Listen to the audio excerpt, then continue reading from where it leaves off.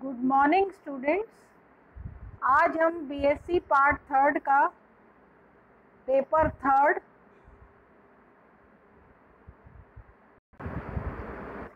Taxonomy and embryology जो paper है आपका, उसका टॉपिक पढ़ेंगे फर्टिलाइजेशन। हम अभी एम्ब्रियोलॉजी कंटिन्यू कर रहे हैं, तो आज हम पॉलिनेशन के बाद अब पढ़ेंगे फर्टिलाइजेशन।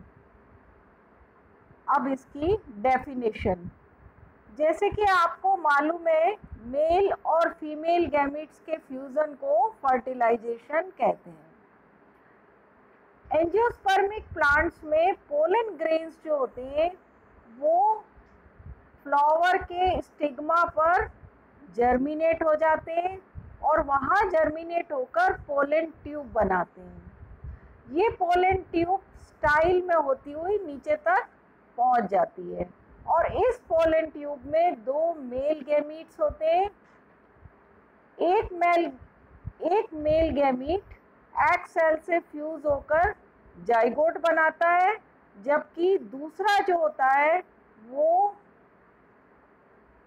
पोलर न्यूक्लियाई, जैसा कि मैंने आपको पहले वीडियो में बताया था, पोलर न्यूक्लियाई से फ्यूज होकर एंडोस्पर्म बनाता है। तो अब हम पढ़ेंगे double fertilization and triple fusion. इसकी खोज सबसे पहले एस.जी. नवास्टिन ने 1898 में की थी। जैसा कि मैंने अभी आपको बताया कि फर्टिलाइजेशन में एक मेल गैमीट एग सेल से और दूसरा मेल गैमीट जो होता है वो जो दो पोलर न्यूक्लियाई हैं उनके साथ फ्यूज हो जाता है।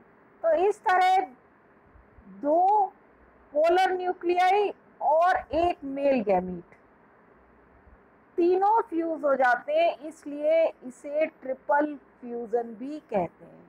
और क्योंकि दोनों साथ साथ हो रहे हैं या आगे पीछे होते हैं, यानी एक मेल गैमीट का फीमेल से फ्यूजन या एग सेल से फ्यूजन और दूसरा मेल गैमीट का पोलर न्यूक्लियाई से फ्यूजन, तो ये क्योंकि दोनों साथ साथ हो रहे हैं इसलिए इसे डबल फर्टिलाइजेशन कहते हैं। और क्योंकि दो पोलर न्यूक्लियाई एक मेल गैमीट यानी तीनों फ्यूज हो रहे हैं इसलिए इसको ट्रिपल फ्यूजन कहते हैं। और ट्रिपल फ्यूजन के बाद जो ट्रिपल न्यूक्लियस है ये प्राइमरी एंडोस्पर्म सेल का निर्माण करता है।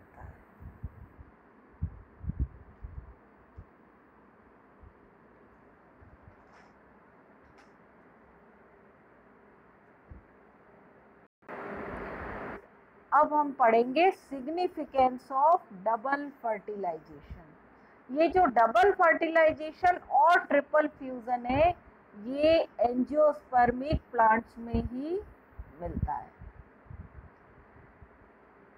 एंडोस्पर्म इनिशियल सेल, इसमें कंटिन्यूसली माइटोटिक डिवीजन होते हैं और ये वृद्धि करते हुए जो डेवलपिंग एम्ब्रियो है उसको न्यूट्रिशन प्रोवाइड करती है। इसलिए ये देखा गया है कि जिन जातियों में एंडोस्पर्म अनडेवलप्ड रह जाता है या बहुत ही कम डेवलप होता है उनमें सीड्स की वायबिलिटी बहुत कम होती है क्योंकि उनको पूरा न्यूट्रिशन नहीं मिल पाता।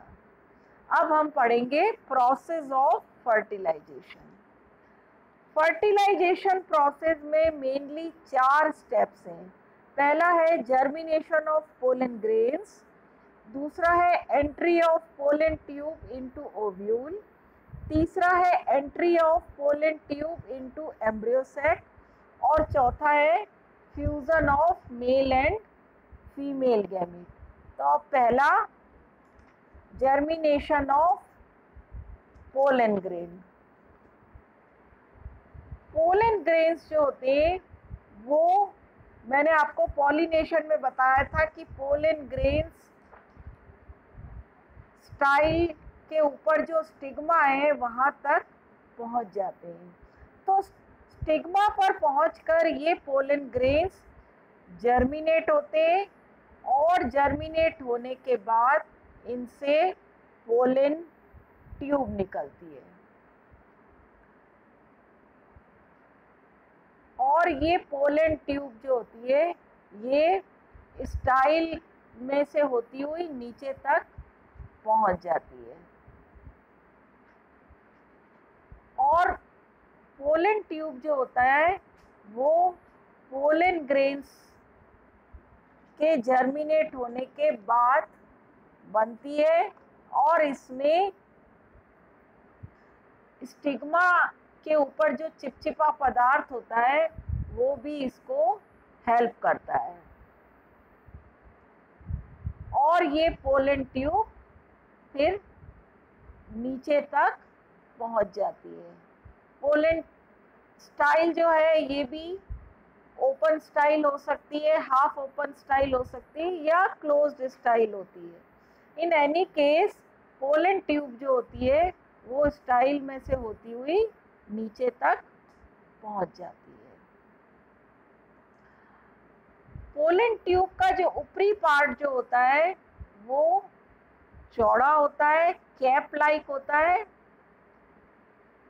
और इसका जो नीचे वाला पार्ट होता है उसमें जो साइटोप्लाज्म में और जो सेल ऑर्गेनेल्स हैं वो सारे इसके नीचे वाले पार्ट में प्रेजेंट होती है और इसकी जो वॉल होती है वो पैक्टिन या सेल्यूलोज की बनी होती है। अब हम नेक्स्ट पढ़ेंगे entry of pollen tube into ovule. Ovule का स्ट्रक्चर मैंने आपको अपने पहले वीडियोस में बताया था। तो पोलन ट्यूब जो होती है वो स्टाइल से होती हुई नीचे ओवरी में पहुंचती है और वहां से ओव्यूल में एंटर हो जाती है। अब इसकी जो एंट्री है वो माइक्रोपाइलर एंड से भी हो सकती है, कैलाजल एंड से भी हो सकती है या मीजोगेमी भी हो सकती है। मोस्टली जो इसकी एंट्री है वो माइक्रोपाइलर एंड से होती है और ऐसा माना जाता है कि माइक्रोपाइलर एंड पर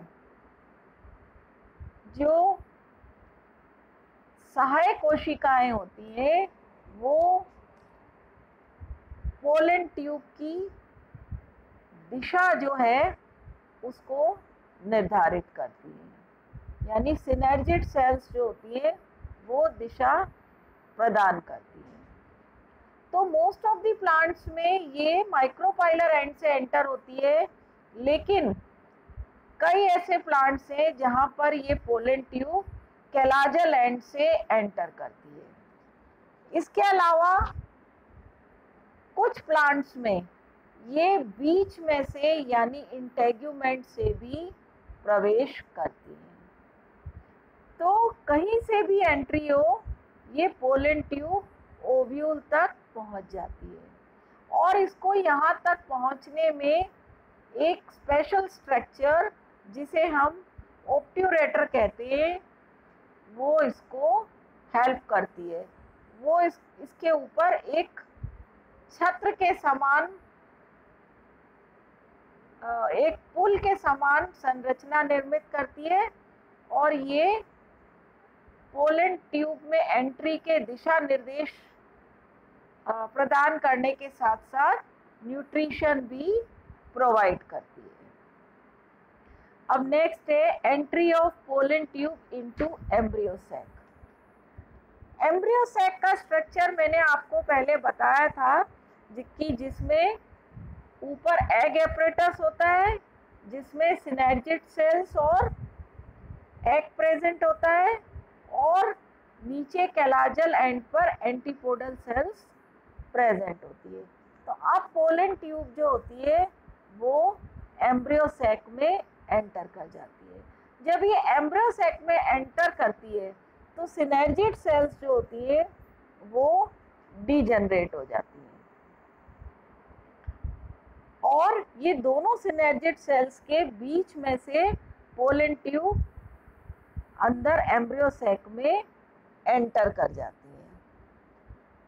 और जब ये एम्ब्रियो सैक में एंटर कर जाती है उसके बाद पोलन ट्यूब में एक छिद्र हो जाता है और इसके अंदर जो दोनों मेल गैमीट्स हैं वो दोनों बाहर आ जाते हैं। अब नेक्स्ट है फ्यूजन।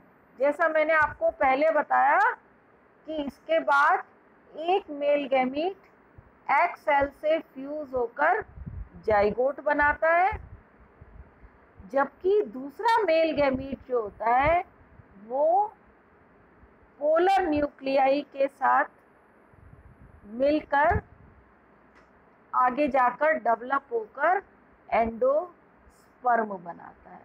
तो इस तरह एंजियोस्पर्मिक प्लांट्स में डबल फर्टिलाइजेशन और ट्रिपल फ्यूजन पाया जाता है, और इस तरह ये फर्टिलाइजेशन प्रोसेस जो है ये संपन्न होता है। Thank you.